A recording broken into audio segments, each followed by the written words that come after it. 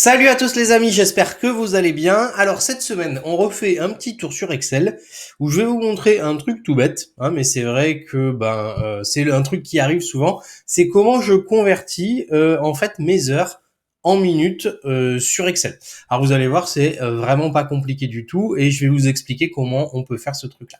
Alors avant de commencer, le petit abonnement, le petit pouce de soutien, merci d'être de plus en plus nombreux à nous suivre, c'est vraiment top.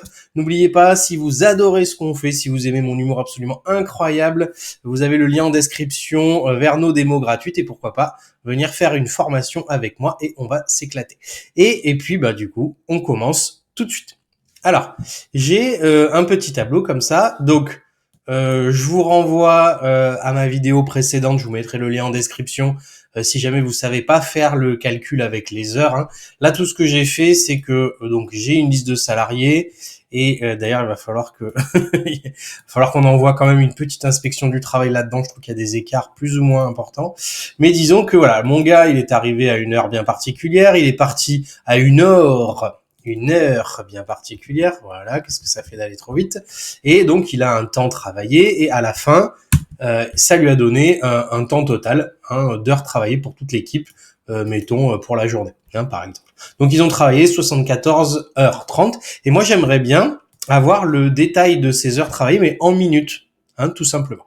Alors, il faut savoir un truc, c'est que les heures, quelles qu'elles soient, par exemple 74h30, ça correspond à un vrai chiffre sur Excel, c'est-à-dire qu'on peut le reconvertir en chiffre.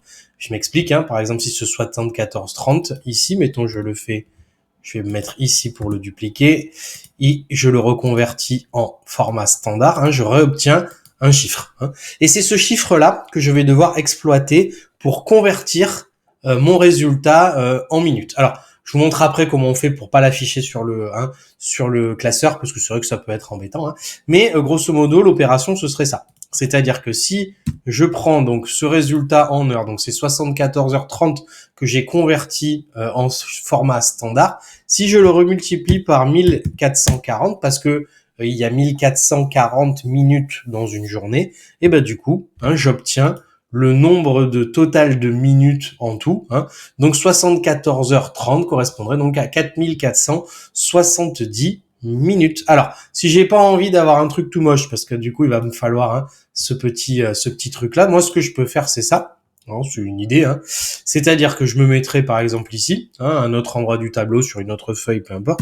Je fais égal et je demande les 74h30 ici, comme ça. Et ce truc-là, tout simplement, je le mets en blanc. Comme ça, il n'y a plus personne qui le verra.